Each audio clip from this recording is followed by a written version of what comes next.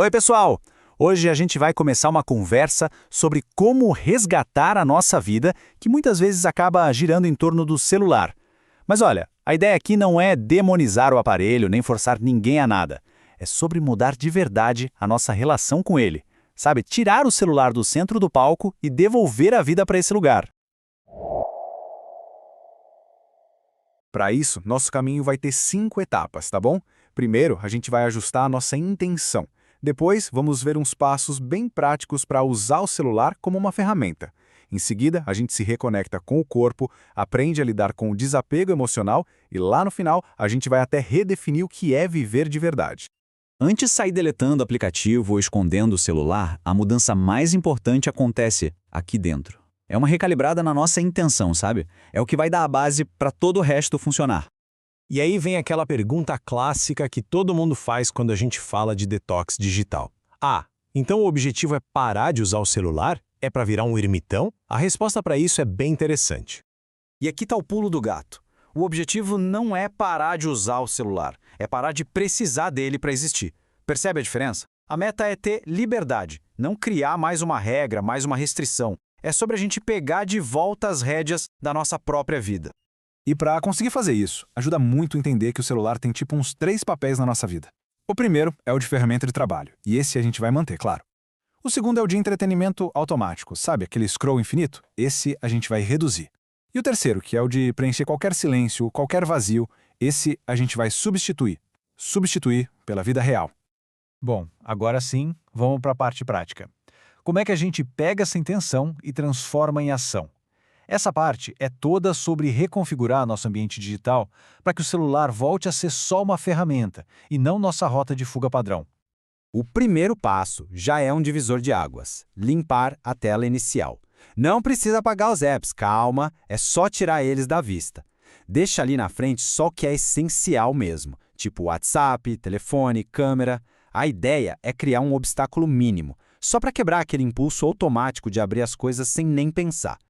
E por que uma coisa tão boba funciona tanto? É que o nosso cérebro é preguiçoso. Ele adora um atalho. Ele funciona pelo acesso fácil. Se o ícone do aplicativo não está ali, piscando e chamando, o cérebro simplesmente esquece. Ele para de pedir aquilo com tanta frequência. É uma mudança simples com resultado neurológico gigante. O passo seguinte é retomar o controle do nosso tempo. Em vez do celular estar ali disponível 24 horas por dia, a gente vai criar blocos de horário para usar. Pensa que é tipo um horário de expediente para o celular. Uma checada de manhã, outra tarde para o trabalho e um tempinho limitado à noite para o lazer. Agora, o segredo para esse passo realmente funcionar é o seguinte: fora desses horários que a gente definiu, o celular tem que sumir. Sério, não é para deixar no bolso nem na mesa do lado. O ideal é deixar em outro cômodo. Porque essa distância física cria a distância mental que a gente precisa para quebrar o hábito. E além de criar horários, a gente precisa criar espaços. Zonas livres de eletrônicos, sabe? A cama, para proteger nosso sono. A mesa de refeições, para proteger a conversa, a conexão. O banheiro.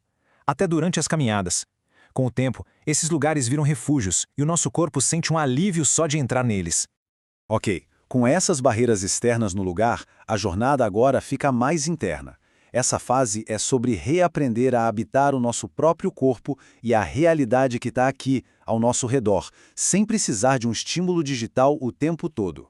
É que o uso excessivo de telas faz uma coisa muito doida. Desconecta a gente do nosso próprio corpo. A vida passa a acontecer só na cabeça, na tela, nesse fluxo maluco de informação, e o corpo? O corpo fica ali, esquecido. O objetivo aqui é trazer ele de volta para o jogo. E como a gente faz isso? Com coisas ridiculamente simples, mas que são muito poderosas. Tenta caminhar ouvindo os sons da rua em vez de um podcast. Tomar um café sentindo o gosto, olhando pela janela. Arrumar a casa prestando atenção nos sons que a gente mesmo faz. E talvez o mais difícil de todos, sentar em silêncio por 10 minutos. No começo dá uma agonia, mas não é vício, é só o corpo desacostumando do barulho. E essa agonia do silêncio nos leva para um ponto que é fundamental: o tédio. A gente foge do tédio como o diabo foge da cruz, né? Qualquer segundo livre, a gente já tá lá rolando a tela. Mas a verdade é que o tédio é o portal para a vida real. É no tédio que as ideias aparecem, que a gente observa o mundo, que os pensamentos se aprofundam. Agora, vamos ser bem honestos. esse processo tem um lado emocional forte. Não é só mudar uns hábitos e pronto. É uma jornada de desapego. E é muito importante a gente saber como lidar com esses sentimentos que vão aparecer.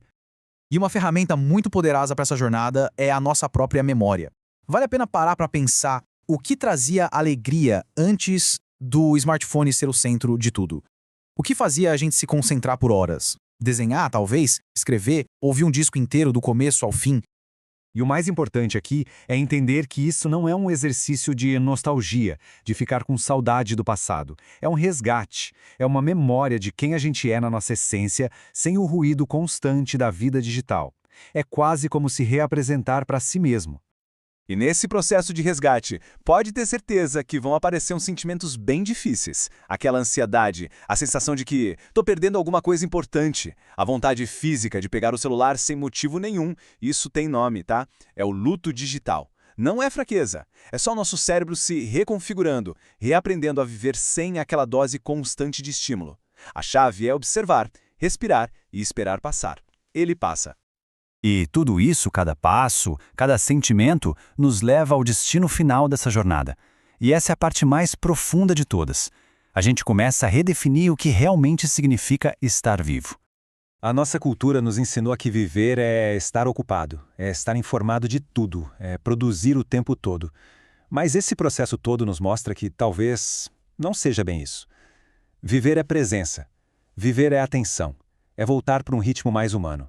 E, acima de tudo, é ter aquela sensação de estar de verdade dentro da própria vida e não só assistindo ela passar numa tela. E para terminar, talvez o pensamento mais bonito e reconfortante seja este aqui. Essa jornada toda pode parecer uma tentativa de criar uma pessoa nova, uma versão mais disciplinada, mais zen. Mas não é. Não se trata de criar algo novo, mas de se lembrar de algo que já existe. É sobre voltar para casa.